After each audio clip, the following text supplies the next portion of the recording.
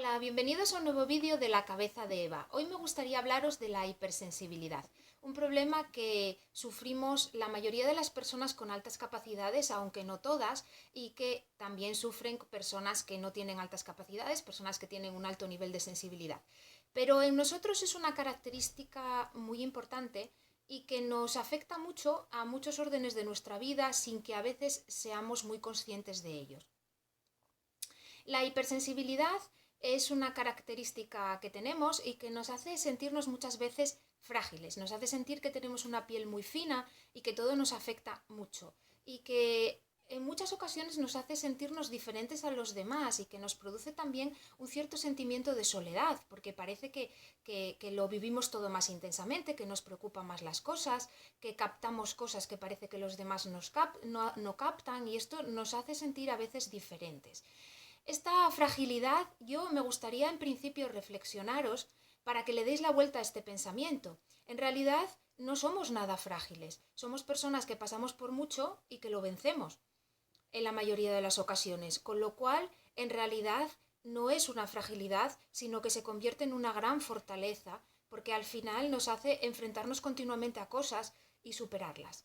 Entonces a mí me gusta pensar que en lugar de ser como un cristal frágil, que es lo que muchas personas quizás ven en mí o aquellos que han querido hacerme daño veían, a mí me gusta pensar en mí como un diamante, es decir, algo que tiene una apariencia frágil y delicada, pero que en realidad es uno de los materiales más duros que hay.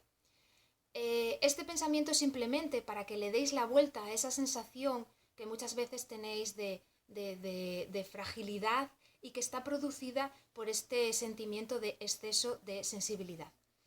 La hipersensibilidad, en mi opinión, vuelve a ser un exceso en nosotros de algo. Y este algo os lo voy a explicar ahora, ¿no? Como hablábamos el otro día de que teníamos excesos de oído, excesos de olfato, excesos de sensaciones o una mala integración sensorial que nos llevaba a que a lo mejor a nosotros nos molestaran determinadas cosas en la piel, determinadas texturas. Bueno, pues la hipersensibilidad en nuestro caso, yo creo que también se produce por un exceso. Antes de hablaros de él, os voy a hablar de unas neuronas que yo encuentro muy divertidas, que fueron descubiertas por primera vez en unos estudios hechos con monos por unos científicos, por un equipo de científicos liderado por un italiano, Giacomo Rizzoletti, y los años 90. Estas neuronas son las neuronas espejo, que son unas células cerebrales muy especiales y que yo encuentro muy divertidas. Son unas células que hacen que las personas experimentemos la empatía. Son aquellas células que hacen que cuando una persona realiza un acto, nosotros seamos capaces de ponernos en su piel y experimentar sus mismas sensaciones.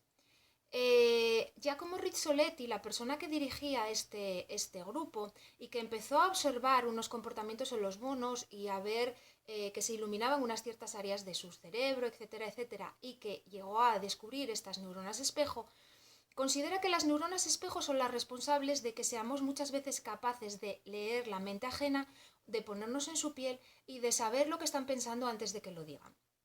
Si os dais cuenta, todas estas características son cosas que a nosotros nos suceden muy a menudo. Así que, ¿por qué no pensar, y aquí va mi propia teoría, que nosotros tenemos un exceso de neuronas espejo? O bien un exceso, o bien que tenemos más cableada esa zona neuronal, o que nos comunicamos mejor con ella. Esta es mi propia teoría personal, porque a día de hoy se han hecho numerosos estudios, pero no hay nada demostrado todavía respecto a las personas con altas capacidades.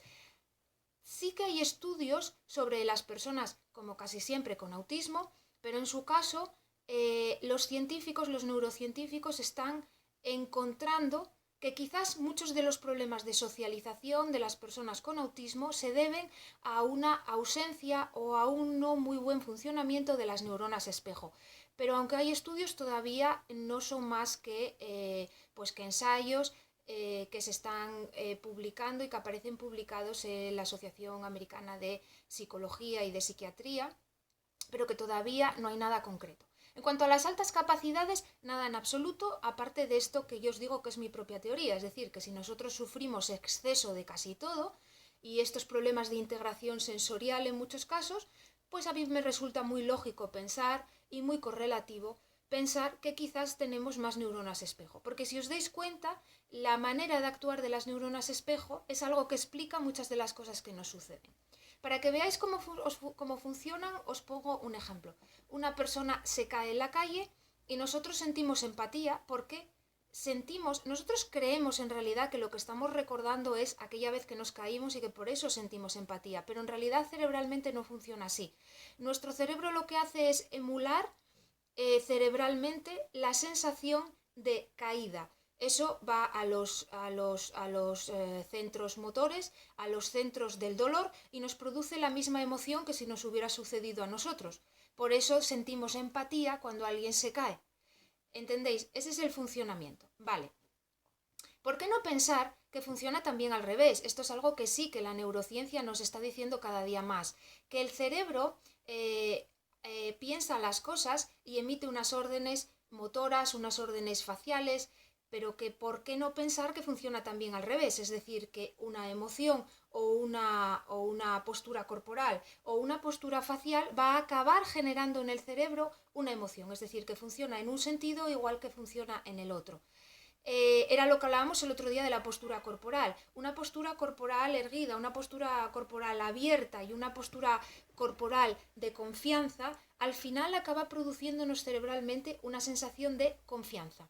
Mientras que una postura cerrada, una postura de timidez, una postura cohibida, acaba generando en nosotros una sensación de estar cohibido, de estar experimentando pues una sensación, un mal momento y de encontrarnos cerrados. Entonces, con las neuronas espejo lo que se está estudiando es que funciona también en el sentido contrario. Es decir, que si nosotros adoptamos una expresión, vemos a una persona que está sufriendo y que pone una expresión de dolor y nosotros imitamos su expresión de dolor, al final se nos producirá la emoción de dolor. ¿Entendéis? Funciona en los dos sentidos. Bueno, todo este rollo es para que entendáis de dónde proviene nuestra hipersensibilidad. Porque yo siempre pienso que cuando uno sabe dónde está el origen de algo, es muchísimo más fácil entenderlo y resolver aquellos problemas que van asociados a ello. Porque si pensamos, bueno, esto me viene porque yo soy así y ya está y no puedo hacer nada, pues al final tendremos una sensación de impotencia y una sensación de poco control, que resulta poco agradable. Entonces yo siempre creo que es importante saber el origen. Vale, ahora que sabemos que todo esto, que las neuronas espejo están ahí, cuál es su funcionamiento, os invito a que leáis en internet sobre ellas. Realmente es muy divertido y es muy interesante todos los avances que se han hecho sobre ellas, que yo creo que van a ser la gran revolución en el futuro, porque aunque como os digo los experimentos o los ensayos empezaron en el año 90, yo creo que todavía queda mucho camino por recorrer y que pueden ser la explicación de muchísimas cosas, pero no solo para las personas con autismo o con Asperger, sino para también las personas con altas capacidades y sobre todo a aquellas que se encuentren en una horquilla alta, de la alta capacidad. Me refiero a por encima a lo mejor de 150, etcétera. Para todos en general, pero sí que yo creo que en esas horquillas resulta más interesante los avances que se están haciendo con las neuronas espejo. Muy bien. ¿Qué pasa con esto en la vida diaria, que es a donde voy? Veréis, yo creo que muchos de los problemas de hipersensibilidad que nosotros tenemos, o muchas de las sensaciones que nos agobian, en realidad no son nuestras, sino de los demás. Y os explico la situación.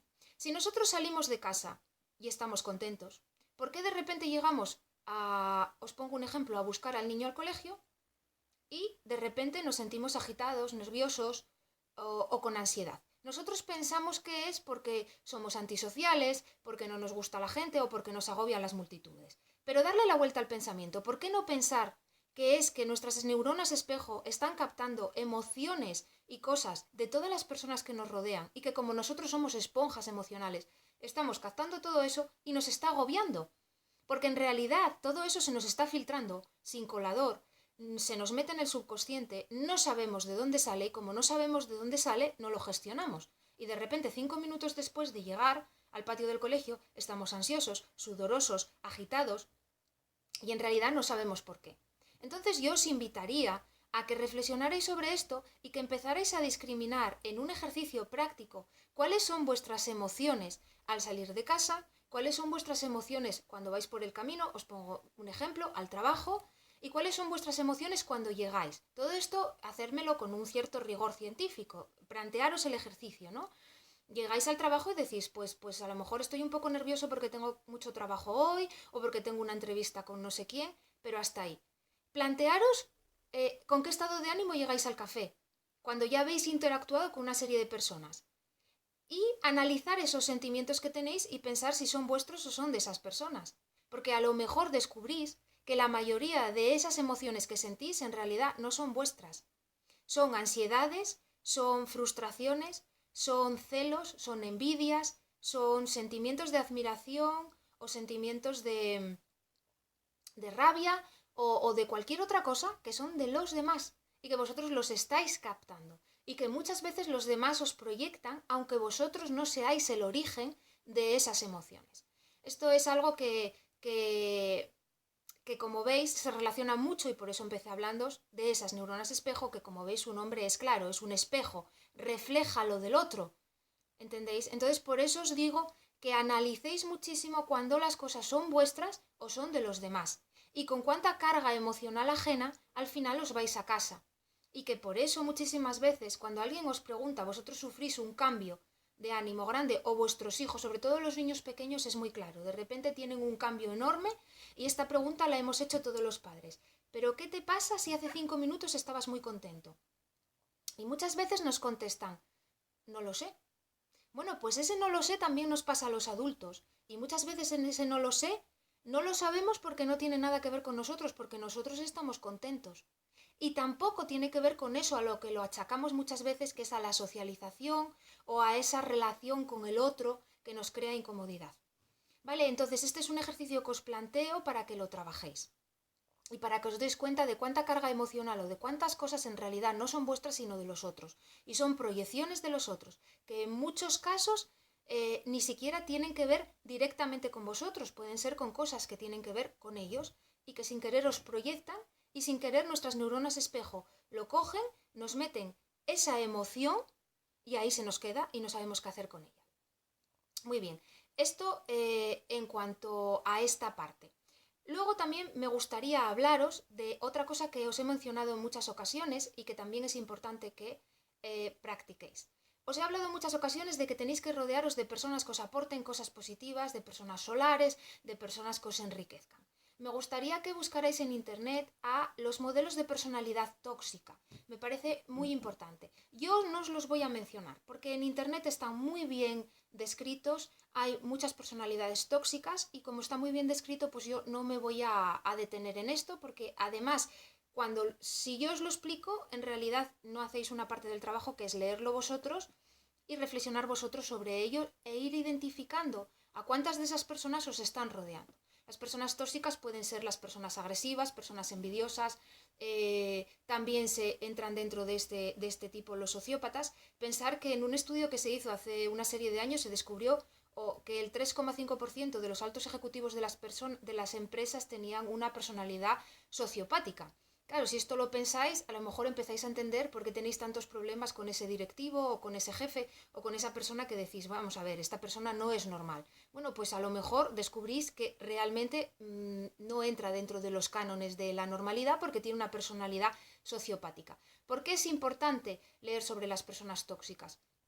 Porque así, cuando las individualicéis y cuando las empecéis a ver en el café a la hora de tomar el café en la empresa o cuando las empecéis a ver en vuestro grupo social o cuando las empecéis a identificar en el grupo de padres que os rodean en el colegio o entre vuestros compañeros de trabajo, cuando las individualicéis, pues vais a poder defenderos más fácilmente de sus emociones, porque una vez que uno identifica algo es muchísimo más fácil poner un escudo protector. Tampoco os digo que os alejéis, hay personas que son tóxicas, que no lo pueden evitar, y de las que es difícil por cuestión de que son familiares o de que son compañeros de trabajo o incluso son amigos a los que queremos, pero que tienen rasgos de carácter que resultan bastante tóxicos. Pero podemos establecer una serie de escudos y de contramedidas que nos harán la vida más sencilla y no estaremos absorbiendo un montón de cosas que nos generan mucha incomodidad. Porque todo esto es lo que nos lleva a la hipersensibilidad. Es decir, la hipersensibilidad se nos produce porque estamos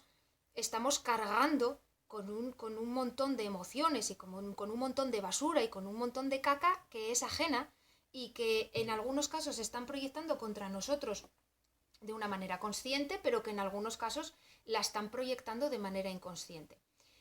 Un ejercicio que también podéis hacer para intentar analizar la hipersensibilidad, que os digo que es algo que hay que analizar y que hay que ser muy generoso con uno mismo y que hay que ser muy cariñoso con uno mismo y darse cuenta de cuando estamos haciendo algo que está mal, pues tener la generosidad de decirnos, caramba, soy una persona muy susceptible, soy una persona que me tomo a mal todo lo que me dicen, o soy una persona que soy muy ansiosa y que necesito mucha validación del otro y por tanto reacciono mal cuando no encuentro esa validación que yo esperaba, ¿no? Entonces tenéis que ser muy generosos a la hora de analizar cuál es vuestro comportamiento con el otro para ir limando estas pequeñas asperezas, pero como os digo, siendo generosos y sin reñiros a vosotros mismos y sin decir esta frase tan nuestra de es que soy un desastre, es que mira qué mal lo hago. No, muchísimas personas lo hacen mal,